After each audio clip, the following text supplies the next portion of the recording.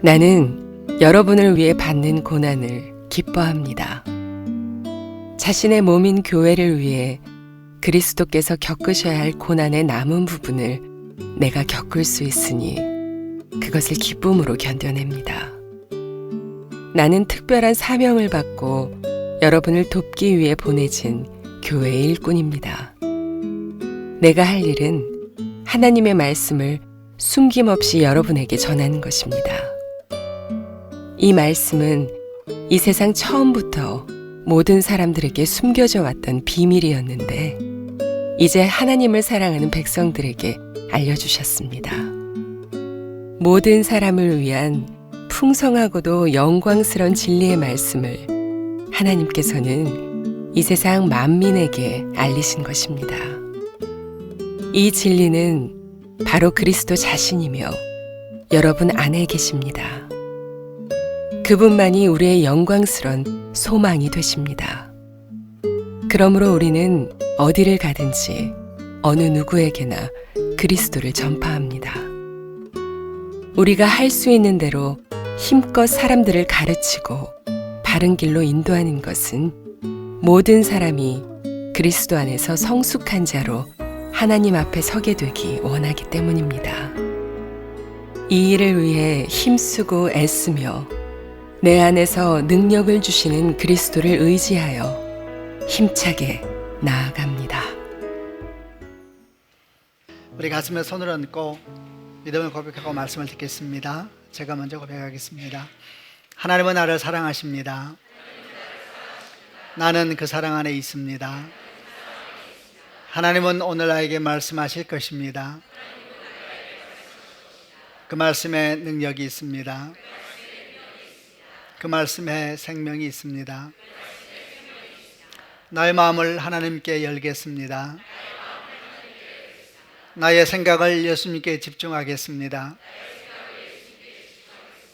들은 만큼 변합니다. 들은 만큼 행복해집니다. 오늘 저희가 함께 나눌 말씀은 골로새서 1장 24절부터 29절까지의 말씀입니다. 첫 말씀을 묵상한 24절을 읽어보면서 들어가 보려고 합니다. 24절을 같이 한번 읽겠습니다. 시작. 나는 여러분을 위해 받는 고난을 기뻐합니다. 자신의 몸인 교회를 위해 그리스도께서 겪으셔야 할 고난의 남은 부분을 내가 겪을 수 있으니 그것을 기쁨으로 견뎌냅니다. 나는 여러분을 위해서 받는 고난을 기뻐합니다. 자신의 몸인 교회를 위해 그리스도께서 겪으셔야 할 고난의 남은 부분을 내가 치유할 수 있으니 겪을 수 있으니 그것을 기쁨으로 견뎌냅니다. 이렇게 했습니다. 개역 성경은 뭐라고 번역되어 있냐면은 나는 이제 너희를 위하여 받는 괴로움을 기뻐하고 그리스도의 남은 고난을 그의 몸된 교회를 위하여 내 육체에 채우노라 이렇게 이야기를 합니다. 이게 좀 주목할 만한 표현은 그리스도의 남은 고난이라는 말이 나옵니다. 그리스도의 남은 고난을 몸된 교회를 위하여서 내 육체에 채운다 이렇게 설명을 하고 있는 겁니다. 그리스도의 남은 고난이 무엇일까? 그리스도의 남은 고난에 대한 설명이 바로 그 뒤에 나오는 몇 절을 통해서 볼 수가 있는데 그게 이제 25절부터 29절입니다. 함께 읽으면서 그리스도의 남은 고난이 뭔가에 대해서 한번 생각해 보기도 바랍니다. 제가 25절 먼저 읽겠습니다. 나는 특별한 사명을 받고 여러분을 돕기 위해 보내진 교회의 일꾼입니다. 내가 할 일은 하나님의 말씀을 숨김없이 여러분에게 전하는 것입니다.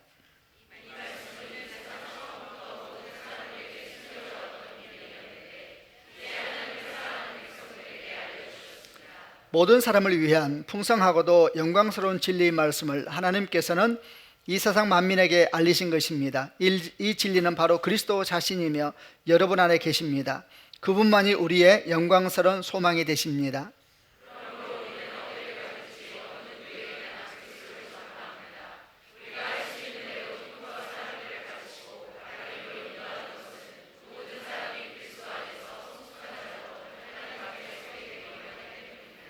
이 일을 위해 힘쓰고 애쓰며 내 안에서 능력을 주시는 그리스도를 의지하여 힘차게 나아갑니다. 이 말씀을 보면은 사도 바울이 자기의 육체에 채운다라고 말했던 그리스도의 남은 고난이 뭔가에 대해서 알 수가 있죠. 그 고난은 교회의 일꾼으로서 하나님의 말씀을 전하기 위한 고난이다 이렇게 설명을 합니다. 그리고 그 말씀은 우리 영광스러운 소망이신 예수 그리스도이시다. 그러니까 예수 그리스도 그분을 전하기 위해서 우리가 겪어야 되는 고난이다, 이런 말씀이지요. 그리고 또 설명합니다. 예수님은 지금까지 모든 사람에게 감추어진 비밀이었는데 이제 하나님께서 하나님을 사랑하는 사람에게 드러내셨다. 그들이 바로 우리들이고 성도들이죠. 그리고 우리는 이 예수를 모든 사람에게 전하고 가르쳐서 그들이 그리스도 안에서 완전한 자로, 성숙한 자로 설 수 있도록 힘써서 도와야 한다, 이렇게 설명을 합니다. 그리고 사도 바울도 자기 속에서 능력으로 역사하시는 이의 역사를 따라서 힘을 다해서 수고하고 있다, 이렇게 말씀하고 있는 겁니다. 이게 바로 사도 바울이 자기 육체에 채운다라고 말하는 그리스도의 남은 고난에 대한 설명입니다. 한마디로 얘기하면 어떤 내용일까요? 그리스도를 먼저 안 사람으로서 그 그리스도를 전하고 또한 전해받은 사람이 온전한 그리스도인으로, 성숙한 그리스도인으로 설 수 있도록 도와주는 일에 수고하고 애쓰는 노력들, 또 그러므로 말미암아 생기는 고난들에 대해서 그리스도의 남은 고난이라고 말하고 있는 겁니다. 다시 말하면 이것은 단순히 전도하고 선교해야 되기 위해서 감당하는 고난만이 아니라 그리스도인이 참된 그리스도인이 되기 위해서, 또는 교회가 참된 교회가 되기 위해서 애쓰고 힘써야 되는, 또 그로 말미암아 감당해야 되는 고난을 이야기하는 것이라 보면 됩니다. 근데 사도 바울이 이런 고난을 설명하면서 그리스도인 남은 고난이다, 이렇게 비유를 했습니다. 표현을 했습니다. 이 말이 의미하는 것이 뭐겠습니까? 이 말은 이미 채워진 고난이 있다는 이야기지요. 이미 채워진 고난이 있고 이제 아직 채워지지 않은 남은 고난이 있다라는 의미를 갖고 있습니다. 맞습니다, 여러분. 채워진 고난이 있고 남아있는 고난이 있습니다. 채워진 고난은 무엇인가? 채워진 고난은 예수로 말미암아 이미 채워진 고난을 말하는 것이고, 남아있는 고난은 예수님과 함께 우리가 감당해야 될, 우리가 채워야 될 고난을 의미하는 것입니다. 오늘 제가 이렇게 이미 채워진 고난과 이제 우리가 채워야 될 고난에 대한 묵상을 함께 나누면서 오늘 말씀 속에 있는 하나님의 교훈을 찾아보려고 합니다. 이미 채워진 고난은 무엇인가? 이 고난은 오직 그리스도만이 감당할 수 있는 고난입니다. 그러므로 그 누구도 대신할 수 없는 고난입니다. 이 고난은 예수님께 십자가에 못 박혀 죽으시면서 감당하셨던 그 고난이도, 그 고난으로 말미암아 우리는 구원이라는 선물을 얻게 되었고, 이 고난은 오직 예수만이 감당할 수 있고 이미 예수님께서 2000년 전에 골고다 언덕 위에서 완전하게 이미 감당하신 고난입니다. 이 고난으로 말미암아 우리에게는 어떤 은혜가 주어졌는가? 구원을 선물로 얻게 되었고 하나님과 우리가 화해할 수 있는 역사가 일어나게 된 겁니다. 이에 대해서 우리가 지난주에 보았던 골로새서 1장 21절과 22절에 기록을 하고 있는데 그 본문을 한 번 더 읽어보려고 합니다. 제가 21절 읽어보겠습니다. 이전에는 여러분이 하나님과 단절되어 있었습니다. 여러분의 악한 행실 때문에 하나님과 멀어져서 마음으로는 하나님과 원수가 되고 만 것입니다.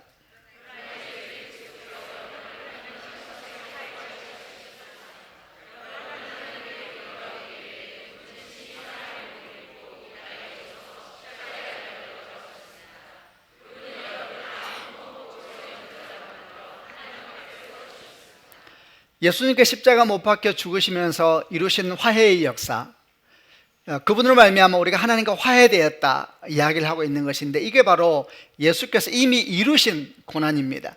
그리고 아까 말씀드린 것처럼 이 고난은 대신할 수 있는 사람은 아무도 없는 것이고 오직 예수만이 질 수 있는 고난이고, 그리고 이 고난은 이미 완전히 완성된 고난이라 그랬습니다.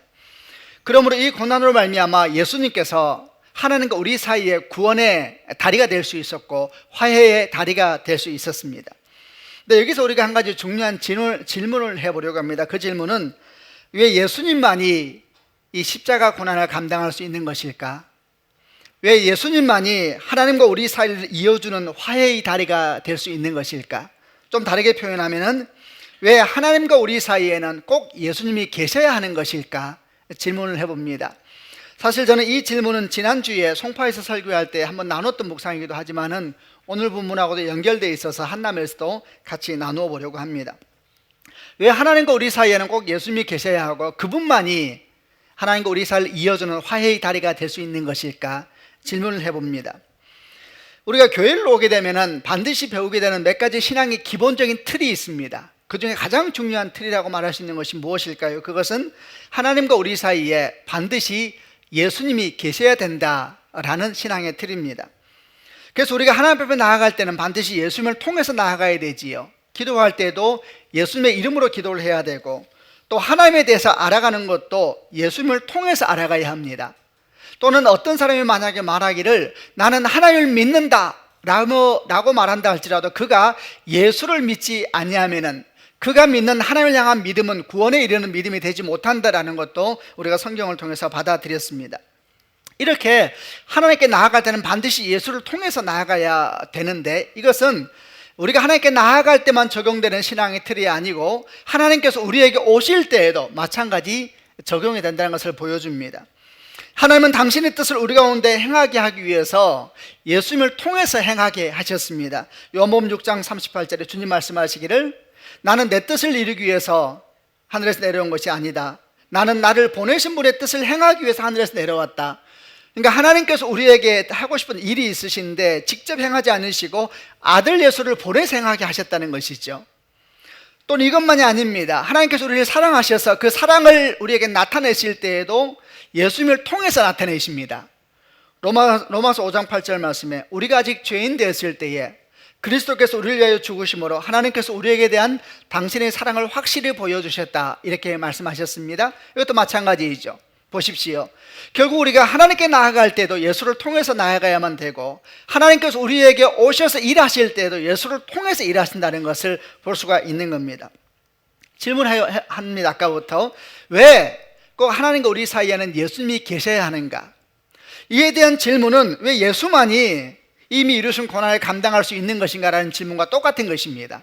이에 대한 답을 찾기 위해서는 어디서부터 시작을 해야 되냐면은 하나님과 우리 사이에 있는 간격이 얼마나 넓은가에 대한 얘기부터 시작을 해야 됩니다.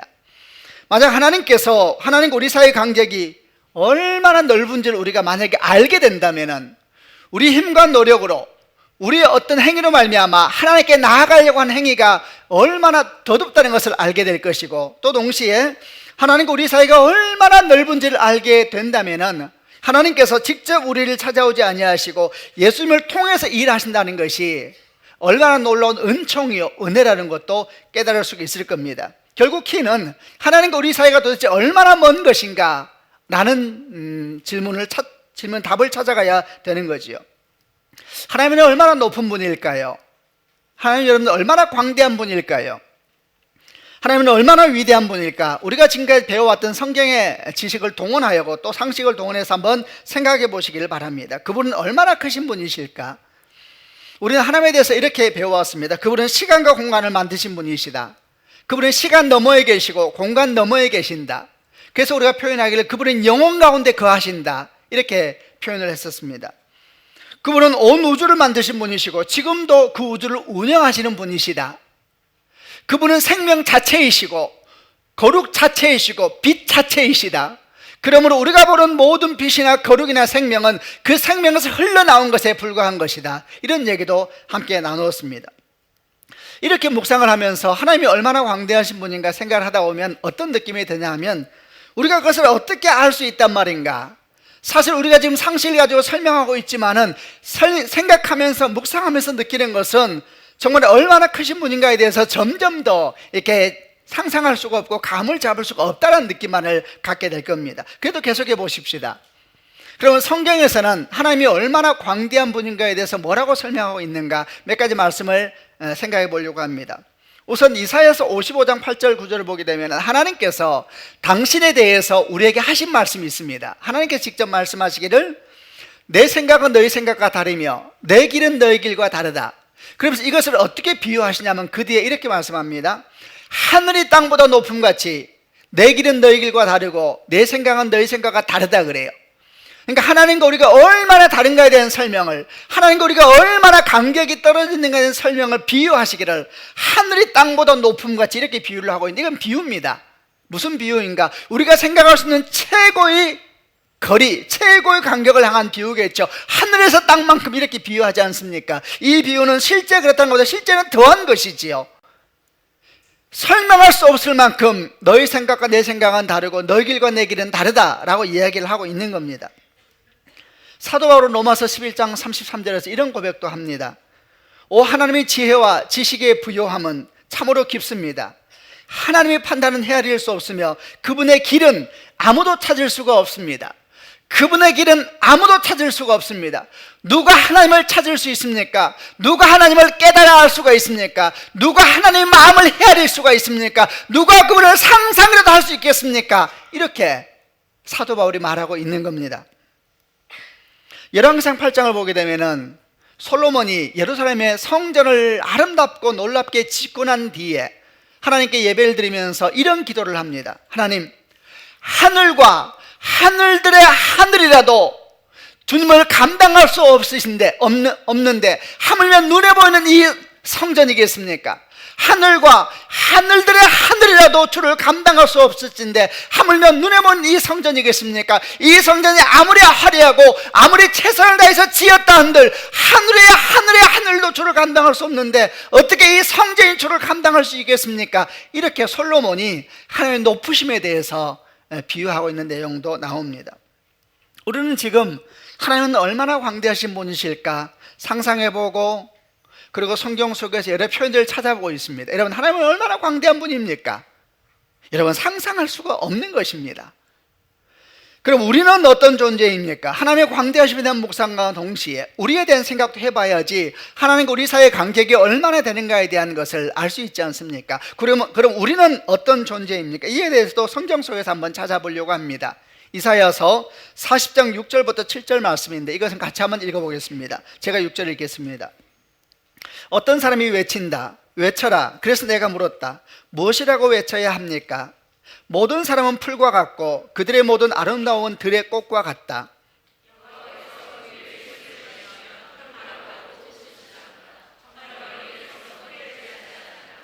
모든 육체는 풀과 같고 그 모든 아름다움은 들의 꽃과 같도다. 풀은 마르고 꽃은 시들 것이다. 왜냐하면 여호와의 기운이 그 위에 불기 때문이다. 이 백성은 실로 풀이로다. 이렇게 이야기를 합니다. 여러분, 어떻게 생각하십니까? 이 말에 동의가 됩니까? 어떤 사람은 이렇게 말을 합니다. 사람이 위대함에 대해서 말할 때에 우리 안에 우주가 있대요. 그리고 모든 것은 마음먹기에 달려있는데 우리가 어떤 깨달음이 이르기만 하면 우리가 신이 될 수 있다라는 이야기도 합니다. 우리 주변을 보아도 정말 대단하다 말하지 않을 수가 없습니다. 얼마나 사람들이 대단한지 모릅니다. 엄청난 과학의 발달은 어디까지 왔느냐 하면 지금 이 순간에도 전 세계에서 일어나는 사건들을 한순간에 우리 손바닥 안으로 날라줍니다. 여러분, 그것만이 아닙니다. 얼마나 대단한지 우리는 상상도 못하는 저 우주의 넓이를 재는 사람도 있습니다. 길이를 재는 사람도 있습니다. 이게 수학 공식으로 계산을 하더라고요. 정말 대단하지 않습니까? 그것만이 아니라 그 넓이와 길이를 계산하면서 역으로 우주의 나이를 계산하기도 합니다. 정말 대단하지 않습니까? 인간 안에는, 우리 안에는 30억 개의 DNA 구조가 있다고 합니다. 근데 그걸 다 파악해냈습니다. 그 모든 DNA 지도를 다 파악하여서 인간 게놈 지도로 하여서 우리 가운데 설명하는 것을 들었습니다. 우리는 이런 얘기를 들으면서 어떤 생각을 합니까? 머지않아 인간의 모든 병은 정복될 것 같습니다. 그리고 더 나아가서 인간이 생명을 만들 수도 있을 것 같은 생각까지도 우리 가운데 드는 것이 사실입니다. 여러분, 정말 이것은 대단한 일이 아닙니까? 그런데 참 신기한 것은 이렇게 과학의 발달을 이야기하고 인간의 위대함을 말하면 말할수록 이상하게도 우리 마음 한쪽에는 지울 수 없는 두려움과 염려들이 우리 마음속에 계속 밀려온다는 사실입니다.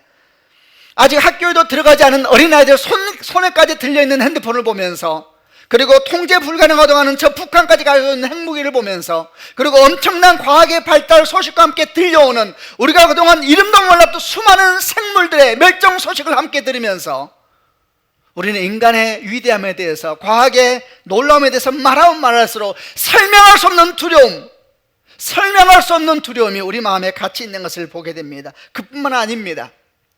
인간은 분명히 대단하다라고 말할지 몰라도, 그 과학은 위대하다고 말할지 몰라도 이상하게 우리가 거부할 수 없는 것은, 우리들은 그렇게 대단하다고 말하지만 사실은 결정적인 부분에서는 절대적으로 무력하다는 사실입니다. 내 생명이라고 하지만은 내가 시작할 수가 없고, 내 생명이라 하지만 내가 마무리하지도 못합니다. 내 자녀라고 하지만 우리가 할 수 있는 것이 뭐가 있습니까? 내 시간이요, 내 감정이요, 내 열정이요, 내 재정이요, 내 건강이라고 말을 하지만 우리는 점점 살아오면서 배운 것이 있습니다. 내 것이라고 말하는데 왠지 모르게 거부할 수 없는 것은 내 것이라기보다는 어느 시간 동안 내게 맡겨준 것이 아닐까라는 생각을 거부할 수가 없습니다. 내게 맡겨진 시간, 내게 맡겨진 건강, 내게 맡겨진 열정, 이 말은 곧 떠나가게 될 것이라는 이야기죠. 건강도 떠나갈 것이고 재정도 떠나가게 될 것이고 생명도 우리가 어떻게 할 수 없는 시간이 될 때는 다 우리가 떠나가게 될 것이라는 것을 믿든 믿지 않든 간에 점점 우리가 살면서 배우고 있습니다. 그것만이 아닙니다. 심지어는 이 육체도 마찬가지입니다. 어떤 분이 글을 쓰기를 이렇게 적어놨더라고요. 우리는 사실 죽을 때까지도 우리 뒷모습을 보지 못합니다. 이렇게 글을 적어놨더라고요. 그러면서 이런 표현을 썼더라고요. 이에 대해서 어떤 사람은 사진으로 보지 않느냐, 영상으로 보지 않느냐 그렇게 말하지만 사실 그건 사진이고 영상일 뿐이다, 이렇게 적어놔서 저도 생각을 해봤어요. 그러면 저는 이렇게 덧붙였습니다. 아니, 우리는 살면서 뒷모습은 고사하고 우리 얼굴도 한번 제대로 보지 못하고 죽는다, 이런 생각이 들더라고요. 여러분 어떻게 생각하세요? 뭔 말이냐? 거울로 보지 않느냐, 사진을 보지 않느냐? 아니더라고요. 제가 우리 아들 얼굴을 보니까 사진 보는 거하고는 제가 얼굴과 얼굴 맞대면에 보는 것이 전혀 다르더라고요. 그 눈빛을 볼 때, 그 얼굴에 없는 움직임을 볼 때에 사진에서 볼 수 없는 뭐가 있더라고요. 여러분, 사실 우리는 죽을 때까지 우리 얼굴도 한번 보지 못하고 죽는 사람들입니다. 정말 내 것이 있는 것일까? 왜 우리는 이렇게 결정적인 것에는 절대적으로 무력할까? 한국 지성을 대표한다 할 수 있는 이혜령 박사가 쓴 지성에서 영성으로 하는 책을 오랜만에 한번 다시 꺼내봤습니다. 그 내용 가운데 이혜령 선생님께서 딸이 이민아 목사님인데 아주 신실한 딸인데 지금 천국에 계시지요. 그분이 생전에 수없이 암이 재발되고 암으로 말미암아 시력을 잃게 될 것이라는 경고도 듣고, 또 아이들이 선천적인 주의력 결핍장애로 많은 고생도 하고 이런 시간들을 보냈는데, 이런 과정을 지켜보던 아버지 이혜령 박사가 그 딸에게 보낸 글 중에 이런 내용이 있더라고요. 암에 걸렸던 너의 아픔으로, 시력을 잃어가던 너의 어둠으로 나는 영생의 색으로 이끌어졌다. 네가 애통하고 서러워할 때 내 머릿속의 지식은 검불에 진하지 않았고 내 손에 쥐어있는 지폐는 가랑잎보다 못하다는 것을 알았다. 내 70평생 살아온 내 삶이 잿불과도 같다는 것을 알았다. 여러분, 점점 이사야 40장 말씀이 동의되어지지 않습니까? 모든 육체는 풀이요, 그 모든 아름다움은 들의 꽃과 같으니 푸른 마르고 꽃은 시들게 될 것이다. 여호와의 기운이 그 위에 불기 때문이다. 이 백성은 실로 풀이로다. 여러분, 우리는 이렇게 연약할 뿐만 아니라 또 얼마나 추하고 악한지 모릅니다. 창세기 6장을 보게 되면은 하나님께서 노아 홍수를 일으키기 전에 이 땅을 향해서 하신 말씀이, 이런 말씀이 나옵니다. 여호와께서 사람의 죄악이 세상에 가득함과 그의 마음으로 생각하는 모든 계획이 항상 악할 뿐임을 보시고 땅 위에 사람 지으셨음을 한탄하사 마음에 근심하셨다. 하나님께서 가만히 보니 사람의 죄악이 세상에 가득 차 있는 거예요. 그것만이 아니라 사람들이 생각하는 생각이 다 악한 계획만 하고 있더라는 거예요. 그래서 하나님께서 마음에 안타까워하시면서 근심하셨다. 이러고 난 다음에 노아 홍수 사건이 일어납니다. 얼마나 오래전의 이야기입니까? 그러나 성도 여러분, 그 오랜 시간이 지난 오늘날은 이와 다르다고 말할 수 있는 사람이 누가 있겠습니까? 오늘날은 사람들이 그렇지 아니하다, 이제 우리는 바르다, 의롭다라고 말할 수 있는 사람이 과연 누가 한 사람도 있겠습니까? 아마 그런 사람은 아무도 없을 것입니다. 우리 주님께서 마가복음 7장에서 이런 말씀을 하셨습니다. 사람 바깥에 있는 것이 사람을 더럽게 하는 것이 아니다. 사람 안에 있는 것이 밖으로 나와서 세상을 더럽게 하는 것이다. 이러면서 사람 안에서 밖으로 나오는 것에 대한 설명을 하기 시작합니다. 속에서부터 밖으로 나오는 것이 무엇인가? 악한 생각, 음란, 도둑질, 살인, 간음, 탐욕, 악의, 속임수, 방탕, 질투, 욕지거리, 교만, 어리석음. 주님께서 말씀하시기를 우리 안에 죄의 창고가 있대. 죄의 창고가, 끝도 모르는 구렁텅이, 그 안에 어떤 악이 숨어있는지 우리도 모르는 그 구렁텅이 얼마나 추하고 악한가에 대해서 주님께서 말씀하신 것입니다. 우리는 지금 하나님과 우리 사이의 관계는 얼마나 될까 질문하면서 하나님의 광대하심을 생각해 보았고, 반대로 우리는 어떤 존재인가 생각을 해 보았습니다. 여러분, 하나님과 우리 사이의 간격은 얼마나 될까요? 여러분, 그 간격은 우리의 그 어떤 상상보다 넓고 그 어떤 상상보다 깊고 그 어떤 상상보다 높다는 것을 기억하셔야 되는 것입니다. 그 간격은 결코 우리 인간 능력으로 채울 수가 없는 것입니다. 아멘 하시길 바랍니다. 여러분, 사실은 채울 수 없는 정도가 아니라 그 간격이 얼마나 넓은지 얼마나 깊은지를 상상하지도 못하는 것이 현실인 것입니다. 우리는 여러분 상상을 못합니다. 주의 거룩하심과 우리의 그렇지 않음이 얼마나 넓은 것일까, 그 간격은 얼마나 깊은 구덩이를 가지고 있는 것일까, 이런 우리는 상상도 할 수 없는 것입니다. 그러므로 만약 누군가가 하나님과 우리 사이의 간격을 이어주는 다리가 되고 싶다라고 말한다면은 그 사람은 우리가 상상할 수도 없을 만큼 큰 사람이어야 되는 것입니다. 아멘이죠. 왜냐하면 그 일은 결코 이 땅에 있는 사람은 할 수가 없는 일이기 때문입니다. 만약 누군가가 그 간격을 채우기 위해서 다리를 놓겠다고 나선다면 그가 어떤 노력을 하고 어떤 지혜를 가지고 어떤 선행을 베푼다 할지라도 그 다리는 머지않아, 아니 조만간 저 끝도 모르는 바닥 깊은 곳으로 떨어져 버리고 말 것입니다. 그 간격은 우리가 상상할 수도 없을 만큼 깊고 넓고 높기 때문입니다. 그러므로 이 간격을 메울 수 있는 화해의 다리는 오직 하나님께서만 놓을 수가 있는 것입니다. 아멘입니다. 그분이 바로 예수 그리스도이십니다. 여러분, 그분은 생명 자체이십니다. 하나님께서 아들 예수를 십자가에 못 박혀 죽으심을 말미암아 우리가 상상할 수 없는 방법으로 하나님과 우리 사이의 간격을 메우기로 결정하셨고 그분만 유일한 화해의 통로가 되신 것입니다. 디모데전서 2장 5절 말씀에 하나님은 오직 한 분이십니다. 하나님께 나아갈 수 있는 방법도 한 가지일 뿐으로 오직 예수 그리스도를 통해서만 가능합니다. 이것을 위하여 예수 그리스도께서는 사람의 몸으로 이 땅에 오셨습니다. 사도행전 4장 12절 말씀, 예수님 외에는 다른 어떤 이에게서도 구원을 받을 수 없습니다. 하나님께서는 온 세상에 우리가 구원받을 만한 다른 이름을 주신 적이 없습니다. 아멘이죠. 이것이 바로 예수께서 십자가에서 이미 이루신, 완벽하게 이루신 채워진 고난인 것입니다. 아멘이죠. 그러므로 이 고난은 아무도 대신할 수가 없습니다. 예수께서 이미 완벽하게 이루신 고난이기 때문에 그 누구도 그 무엇도 더하거나 뺄 수가 없는 그 자체로 완벽한 고난의 완성인 것입니다.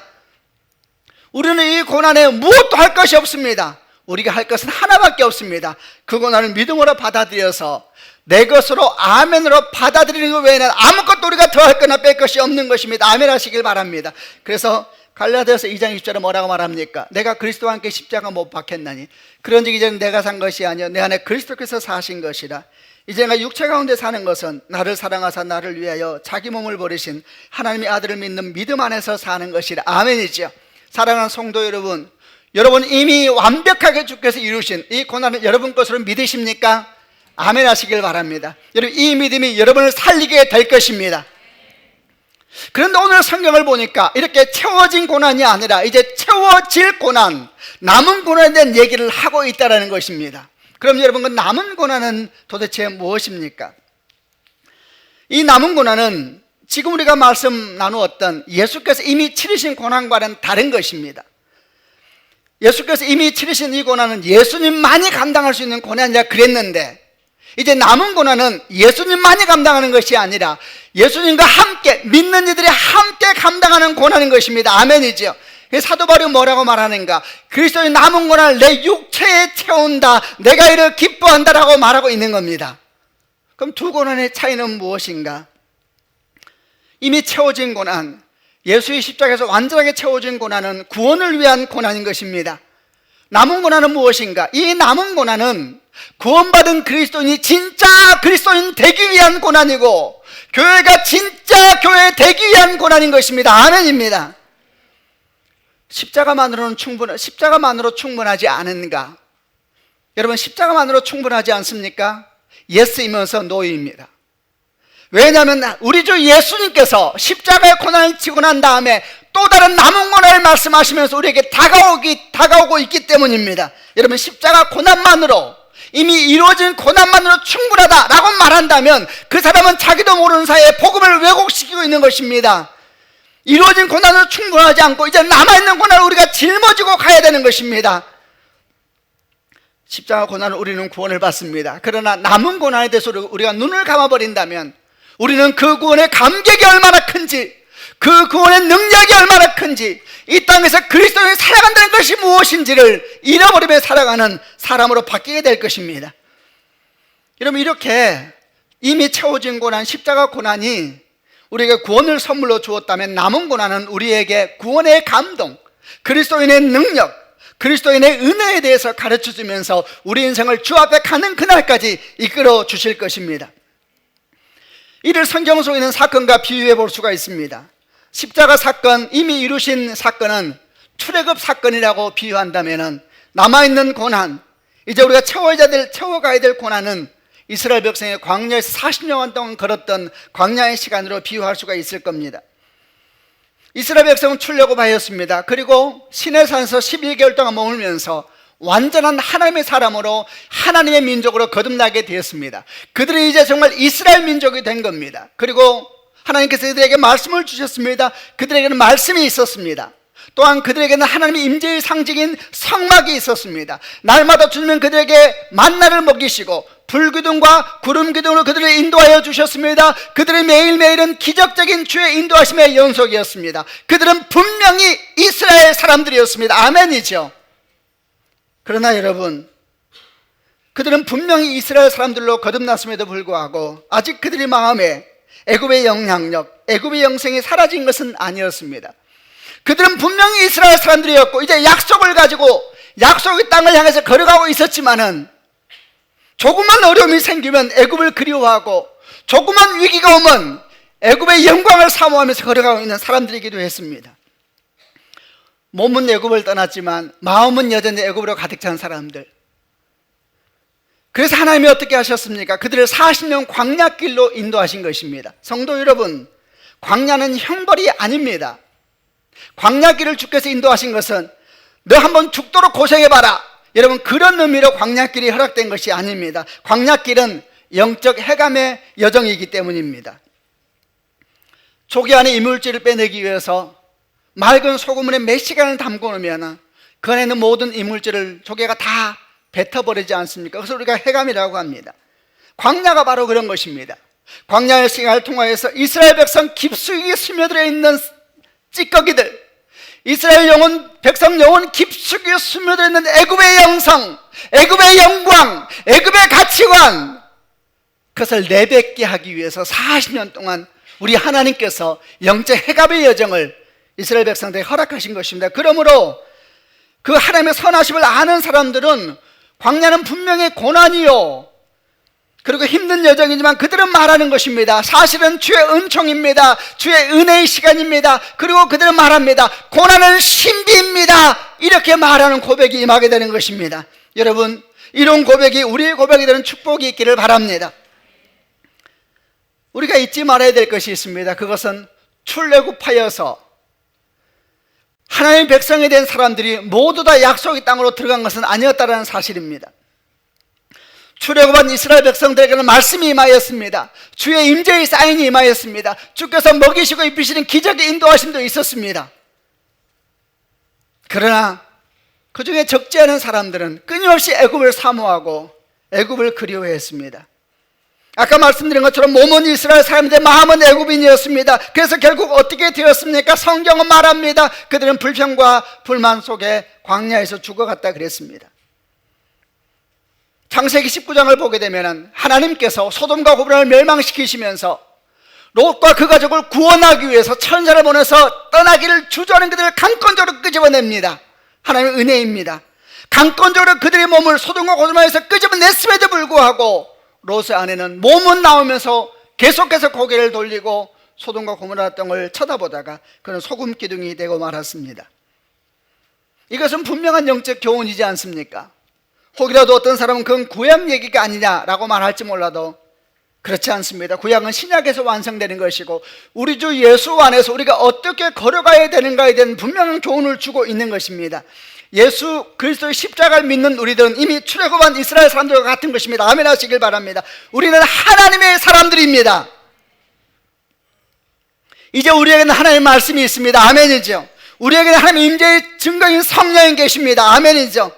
또한 우리에게는 하나님의 공동체인 교회가 있습니다. 아멘이죠. 하나님 우리를 자녀로 부르셨습니다. 하나님 나라는 이미 우리에게 이루어졌습니다. 아멘이죠. 그러나 아직 우리는 가야 될 길이 있습니다. 그 길은 그리스도와 함께 걸어가야 되는 길이고, 오늘 사도 바울은 그 길에 대해 설명하기를 그리스도의 남은 고난을 내 육체에 채우노라 라고 말하거든. 바로 그 여정인 것입니다. 그 길을 회피하지 말아야 됩니다. 아멘입니다. 왜냐하면 그 길을 통하여서 우리는 정말 그리스도인으로 세움받게 될 것이고, 우리는 참된 교회로 우뚝 서게 될 것이기 때문입니다.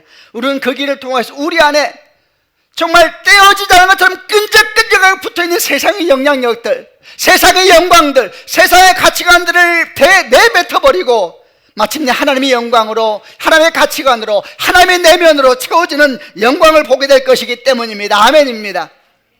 그러므로 성도 여러분, 구원만 받으면 된다는 신앙은 참으로 위험한 것입니다. 선데이 크리스찬, 명목적 크리스찬, 굉장히 위험한 것입니다. 구원만 받으면 된다는 신앙은 복음적이지 않습니다. 성경은 분명히 말하기를 구원받은 우리들이 예수를 닮은 성숙한 그리스도인으로 성장해야 된다고 말하기를 망설이지 않고 있습니다. 복음은 구원을 줄 뿐만 아니라 우리를 그리스도의 사람으로 성장시키는 권능이기 때문입니다. 결국은 우리에게 주께서 걷기를 원하시고 함께 나아가기를 원하는 그리스도의 남은 고난은, 여러분, 고난이 절망으로 끝나지 않는 은총이고 기름 부음이고 특별한 부르심인 걸 기억하는 축복이 있기를 바랍니다. 예레미야 29장 11절 말씀에 하나님께서 말씀하십니다. 여호와의 말씀이라. 너희를 향한 나의 생각은 내가 아나니 재앙이 아니라 평안이요 너희 장래에 소망을 주려 하는 생각이다. 아멘. 성도 여러분, 주 예수로 말미암아 우리가 완벽하게 구원의 역사를 이루었음을 인해서 주께 감사를 드립니다. 이외에도 우리가 할 수 있는 것은 아무것도 없고 믿음으로 받아들이시면 됩니다. 그러나 이제 우리에게 남아있는 고난이 있습니다. 은총이요 신비입니다. 그리스도인답게 살기 위해서, 교회가 교회답게 되기 위해서 망설이지 말고 피하지 말고 두려워하지 말고 나아가게 될 때에 하나님의 나라가 우리 가운데 온전하게 임하는 그런 놀라운 역사가 일어나게 될 줄로 믿습니다. 그런 축복이 여러분과 함께 하기를 바랍니다. 아멘. 기도하십시다.